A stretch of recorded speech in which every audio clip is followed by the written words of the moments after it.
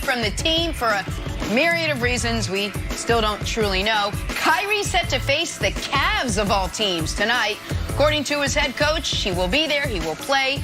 Here's a very casually seated and comfortable Kyrie yesterday. You know, I'm back. I'm happy to be back. And we got some great pieces, and we just move on. And I let my actions and my game speak for itself like I planned on doing. You know, just needed a pause. There we go. His words, he needed a pause, and he took it. So, Brandon, our resident Brooklyn Nets guy, what do you expect the Nets to look like tonight with Kyrie, KD, and James Harden all on the floor together for the first time? Yeah, I expect them to compete and continue to look like a premier team in the NBA. Kyrie's jersey. But the reality is, right, exactly. Jersey. Let's go. You know what time it is. Brooklyn all the way. And Nick, before I even finish my point here, do you really want to go the next 3 to 4 months with leaning on that one little branch of they don't play defense? They're not a really good defense. Do you really want to do that for the next 3 months? Yeah, I do. It won't be the only branch, but I do. Yeah. It'll age beautifully. So look, it'll age, but go ahead, Brandon. Here's the deal, Nick. I expect them to be a premier team in the NBA, but right now they're overachieving. KD, Kyrie, and James Harden hasn't even practiced together yet. The things that KD and James Harden is doing is off of muscle memory because they spent 3 years together in OKC. So you insert Kyrie, there's going to be growing pains. I don't expect this team to look like a championship team until mid-March. They have a lot of work to do. Don't get it twisted. By the end of the day, we know who they are. I talked to someone in the Nets organization. They said this to me because I'm like, look, I got Nick Wright on my show, and he has a strong point. He's going back to like the last 30 years and talking about mergers and 50 years of history. There hasn't been a champion there hasn't been a champion that got it done not playing good defense. And they're like, look, Brandon, these guys know how to win. They know how to play a good enough defense to get to the finals. We know what we need to do once we get there to compete. And those are the things that we'll work on. So I expect them to get what they need done soon. Okay. All right. I'm excited. Wilds, I want to hear your take on this because I feel like I'm going to have more coming my way. So I'd rather have it all laid out. No. And then I can try to parry it off. Go ahead. Okay, sure. All right, so here's what I've got. I think it's, I disagree with Brandon here. The idea that it's like, that there's some version of like basketball version of the Tampa Bay Bucks, not buying it. I think it all gels immediately. Kyrie hasn't played in Cleveland since his first game with the Celtics. He's missed games, he's been inactive, so he is gonna come out rested and ready to go. Maybe throw up a 46-point game for the president. Why not? Make a nice statement there. Oh, think about it, 46 points for Kyrie. Here's the other thing, to your defensive point. And I had to go deep down into Basketball Reference, my favorite website, Jenna, and yours too, Nicholas. And I said, Dusty, can you break out that old Harden is not good at defense debunking stat that we had, where Harden gets to loose balls, he gets to deflections, he's one of the best players in the league. And to Brandon's point, the end of that Milwaukee game, to get KD the shot, Harden missed the shot, boom, guess who got the offensive rebound? James Harden. So it speaks to the fact that they can turn it on when they need to. And I agree, I think Kyrie's gonna go for 46 tonight. That's your lock it in prediction from the prognosticator of prognosticators. Okay. Big game from Kyrie. Okay. Yep. All right, have y'all said your piece here? Because now we just have to address some things. First of all, the end of that Milwaukee game, actually, you're talking about the Nets' second to last possession, because their last possession was Durant, for the third time this season, blowing a chance to ice a game or win a game. He dribbled it off his knee, and the Bucks ended up getting a final shot. They missed it, but that's neither here nor there. Folks, let me ask Wilds a question. Let's go side by side. Kevin Wilds, who is the fastest man alive? Who is it? Usain Bolt. Okay. Usain Bolt? Why doesn't he have any golds? And in fact, why doesn't he even qualify for the hurdles in the Olympics? He's faster than everybody. He's never practiced. Why doesn't he run that race? He's never practiced hurdles.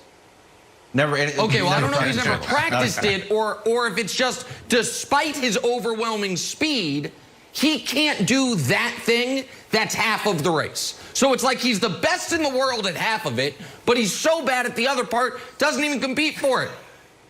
That's going to be your Brooklyn Nets, y'all. And you can say, oh my God, they're going to be unstoppable offensively. Well, it's funny. I've never worn a retainer, Wilds, but I do study Basketball Reference. So I did something this morning, and I said, you know what? Here we go. Let's just go back You got fitted for a this retainer? century. Let's just go back this century and say, forget the defense, how does the #1 offense in basketball typically fare? Because that is the upside for the Nets. The best offense in the entire league. And this century, the #1 offense in basketball has won the title once. The 2017 Warriors. And you know what they paired it with?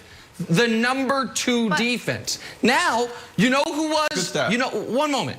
You know who was a part of 6 separate #1 offenses that didn't even make the finals? Steve Nash. 3 times in Phoenix, 3 times in Dallas. Oh my goodness, run and gun. Luka was the #1 offense last year. Portland had some, Milwaukee had some, Denver had some. Durant had one in Oklahoma City. They didn't make the finals that year. The Nets ups. So what does Chad Henne do? He goes out there and creates merch. He's capitalizing off of the success.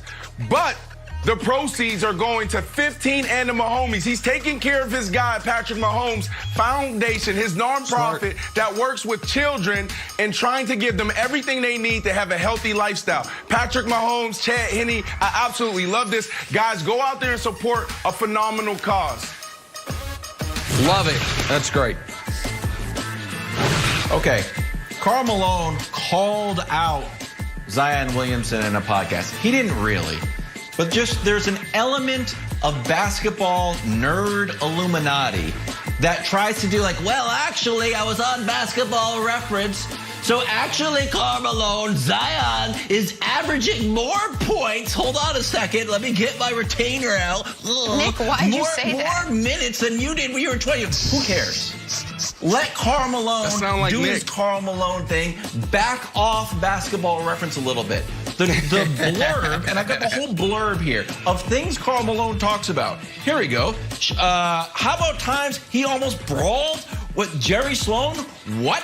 How Malone thinks he's the best point guard ever. Stockton. Oh, he's still waiting for some calls for NBA coaches. Take advantage of him, of what he has to offer. There's tons of stuff in this podcast. Don't make a big deal of the Basketball Reference. He didn't call out Zion. He's just being awesome Karl Malone, driving trucks and smoking cigars. Let him live. Get off of Basketball Reference. I'm sorry, I could say that. So angry in the morning, but it's necessary. I apologize. No, it's fine. Real quick, by the way, No Karl need. Malone, bad guy, bad takes.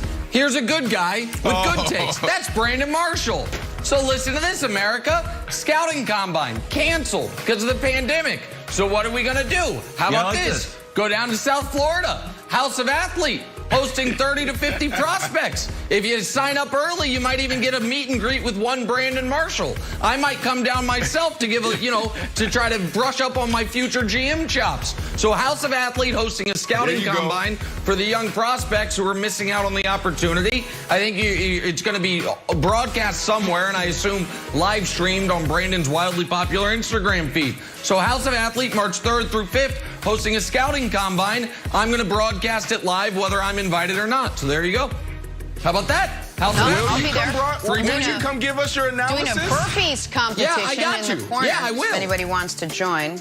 Awesome. The Australian Open gets underway February 7th, and one of the downsides to playing in a Grand Slam tennis event while also quarantining in a hotel room for days and days on end without the ability to leave at all, with only your trainer quarantining in the room next to you, shouting a workout to you through the wall, especially if you are Canadian Vasek Pospisil, is you really can only hone in on one shot. And it is the front pedal, back pedal, front ground stroke, 2 double hand back stroke shot. This is it, guys.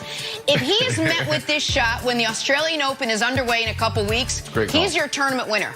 There's Vasek is your winner. Now, should he get anything else from his opponent whatsoever? And it's really up for grabs for anybody. But a couple things. If you want to move some stuff on the right, so there's no issue there with your impeding your way to the window, and also move away from the window and get this shot, Australian Open goes to Vasek. It's mark it down. Put money on it. It's done. All right, let's get to the NBA now. Kyrie Irving.